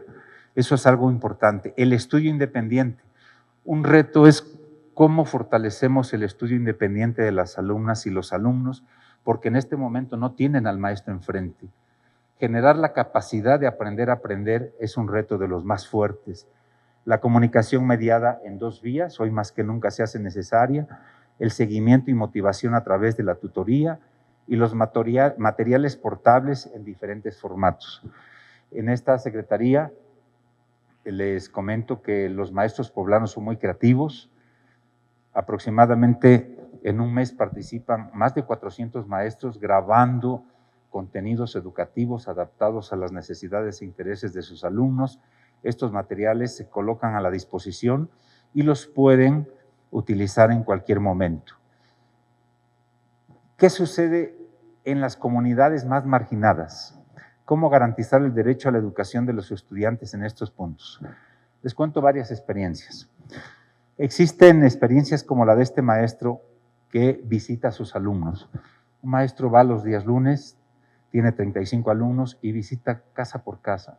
Le entrega las actividades y regresa el viernes para revisárselas y para poder hacer alguna retroalimentación. Otros maestros citan a los padres de familia y les entregan los materiales para que a su vez se lo lleven a sus niños. Este es un ejemplo de las guías de aprendizaje. Todos los alumnos tienen en sus manos una guía que se las hacen llegar o en papel, en físico, o a través de la aplicación del WhatsApp. Muchos maestros, inclusive los dejan en la tienda, los dejan con el presidente auxiliar o se lo entregan al comité de padres de familia, pero se garantiza su derecho al aprendizaje a través de distintos materiales. Esta es una radio comunitaria que transmite constantemente los contenidos educativos. El Sistema Estatal de Telecomunicaciones de Puebla tiene 2 canales, el 26.1 y el 26.2, y 8 estaciones de radio. Y todos estos contenidos los transmiten en las 7 lenguas de nuestro estado. Esa es una manera en cómo podemos llegar. ¿Qué estrategias se implementarán para regular los conocimientos una vez superada la pandemia? Un servidor considera que no puede haber una nueva normalidad porque la realidad es cambiante y más bien tenemos una realidad emergente. Entonces, en este sentido, tenemos que recuperar los saberes locales, los saberes que en cada familia, en cada comunidad existen y que han hecho posible enfrentar esta pandemia. Diseñar procesos de evaluación diagnóstica. Hoy más que nunca, un profesor tenemos que desarrollar cada vez más la habilidad de poder identificar cómo están los aprendizajes de los alumnos, pero los aprendizajes integrales, de tal suerte que podamos conducir un proceso de aprendizaje con base en una realidad diferenciada de los alumnos. Hay que diseñar esquemas compensatorios diferenciados con base a su nivel de desarrollo. No se puede comparar la realidad de un alumno con otro por su circunstancia y los medios que tiene. Por lo tanto, hay que tomar como base el propio alumno para avanzar en su fase compensatoria. ¿Cuál es el rol de los padres de familia en la educación virtual? Esto me parece muy importante. Siempre les digo a los papás que no se estresen, que no se acaben tanto la vida, porque a ellos no les compete enseñar los contenidos de aprendizaje a los alumnos. El rol de los papás consiste en apoyar brindando las mejores condiciones posibles, que los niños tengan un espacio para trabajar, que tengan su libro, que tengan con qué escribir. Esa es la clave. Monitorear que los niños realicen su trabajo acordado con los docentes y estar pendientes de sus hijos en términos de su estabilidad emocional. Indiscutiblemente que los niños requieren en este momento certidumbre, requieren cariño, requieren aceptación y eso es lo que corresponde a los papás. La conducción del aprendizaje nos corresponde a los maestros. Los padres dice, ¿qué sucede cuando el trabajo o su formación no les permite ser parte del proceso? Ya lo dije, ¿verdad? La tarea sustantiva es del docente y lo que corresponde a los papás es una educación en un sentido mucho más amplio. La formación ética sobre todo viene del testimonio, viene de lo que el niño observa, vive, experimenta.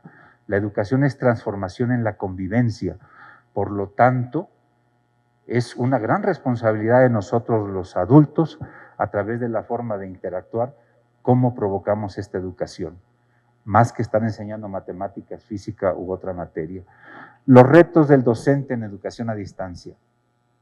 Pretender apoyarse de sus referentes existentes en la modalidad presencial para aplicarlos en la modalidad a distancia, sin mayor ajuste que simplemente quitar los procesos de interacción entre el docente y las niñas, niños, adolescentes y jóvenes. La intervención del docente en esta modalidad es la de dar vida a los textos, generar ideas para que permitan aclarar el sentido de estos o incluso favorecer explicaciones que permitan profundizar en la comprensión. Y tercero, comprender que no se trata de mudar la clase presencial a una modalidad virtualizada, en la que los alumnos deban pasar todo el tiempo frente al dispositivo electrónico, olvidando las implicaciones de educación a distancia. La realidad cambió, el maestro debe cambiar. La pedagogía debe modificarse. En este sentido, nos toca, en primer lugar, enamorar, nos toca todavía profundizar más en los sentidos que tienen los aprendizajes a partir de la realidad vivida y sobre todo irlos guiando para que se logren estos aprendizajes. ¿De qué manera han asumido los docentes en estos últimos meses? Ha sido complicado, sí, pero me parece que los maestros han sabido comprenderse en situación la problemática que vivimos.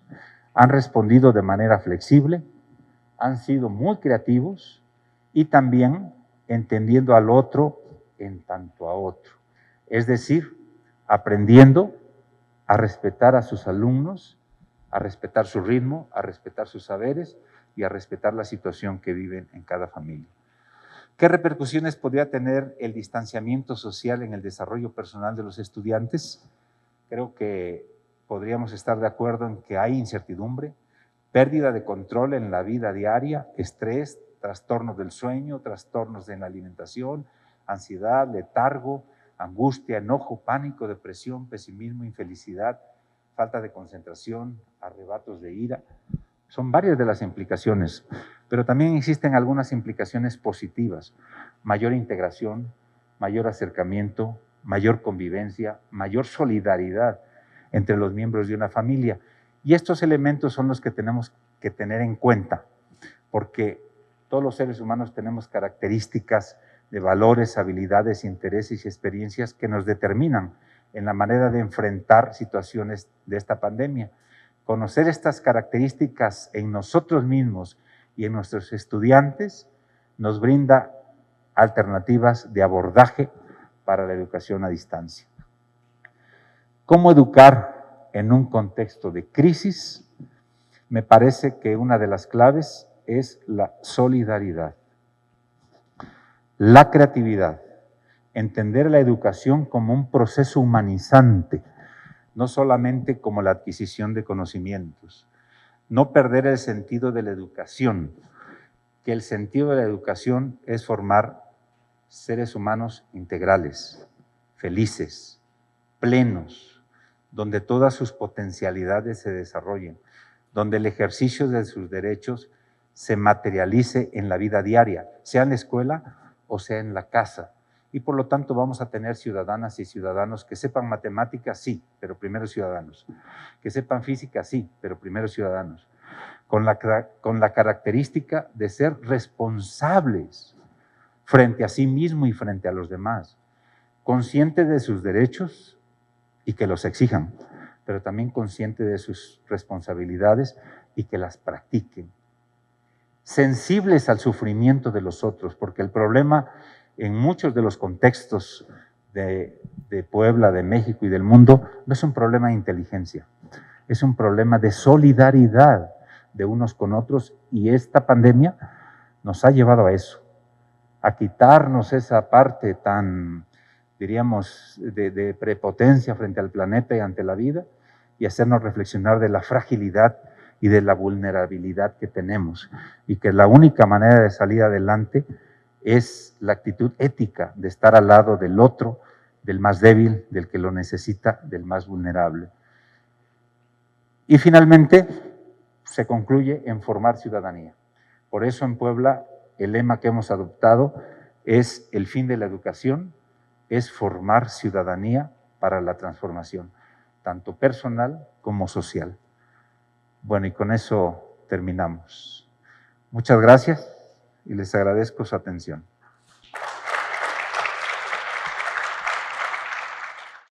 Para dar cierre a este evento, invitamos de nueva cuenta al licenciado Víctor Correao, director de Ciudad Modelo, para que nos dirija un mensaje de despedida. Bueno, pues sin duda ha sido un gran evento. Gracias, Patricio, por darnos espacio en este canal. Gracias, doctor Melitón.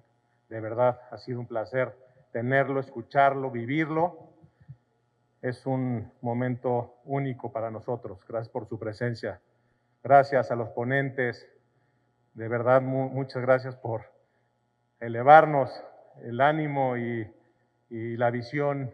Gracias, Rafa. Gracias a cada uno de los rectores, de los directores.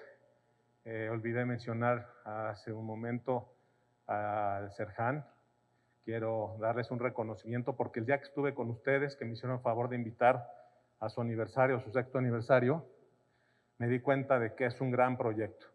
Y basado en la educación dual, en la que ustedes basan esta pues educación, valga la redundancia, nos damos cuenta que este 80-20 de dedicarle el día a la práctica y a la teoría hacen que pues, los alumnos que están ahí puedan llegar a las líneas de producción de la planta armadora prácticamente de un día para otro.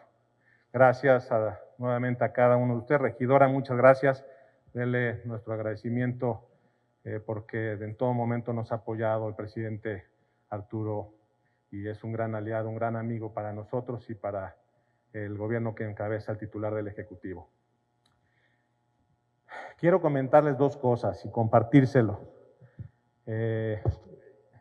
Admiro mucho a 2 personas que me han dado muestra de el amor, del cariño con el que se debe de tomar el día a día a las escuelas.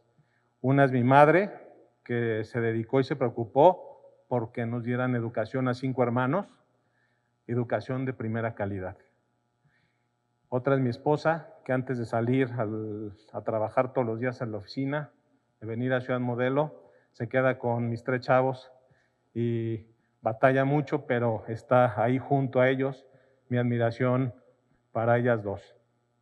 También quiero compartirles que la vida me ha dado la oportunidad de ser mentor de jóvenes, emprendedores, empresarios, y derivado de que tuve la oportunidad de cursar el programa de alta dirección de empresas en el Instituto Panamericano de Alta Dirección de Empresas, el IPADE, el cual compartí aula con otros empresarios que vivíamos y platicábamos los problemas del día a día de nuestras propias empresas,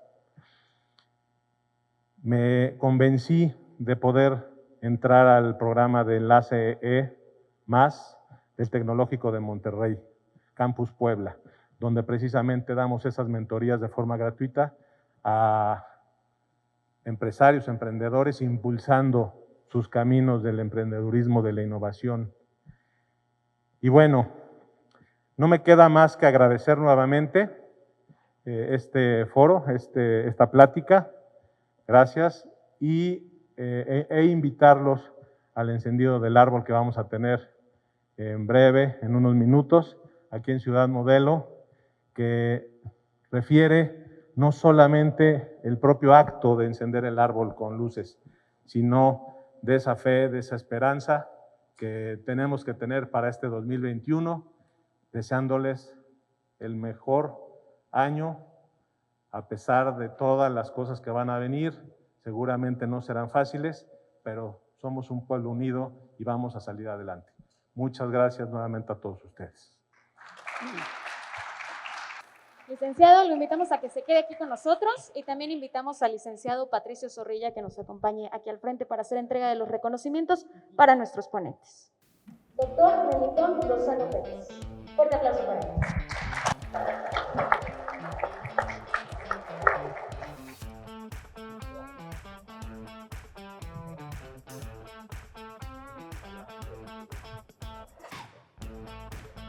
Ingeniero Andrés Farías González.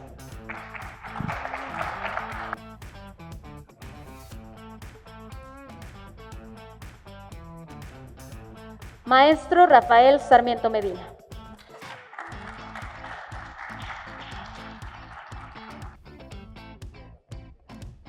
Agradecemos la presencia de cada uno de los asistentes y deseamos que el conocimiento y las experiencias aquí compartidas sean de utilidad para ustedes. Que tengan una excelente noche y también un maravilloso cierre de año. Muchísimas gracias por su presencia y los invito.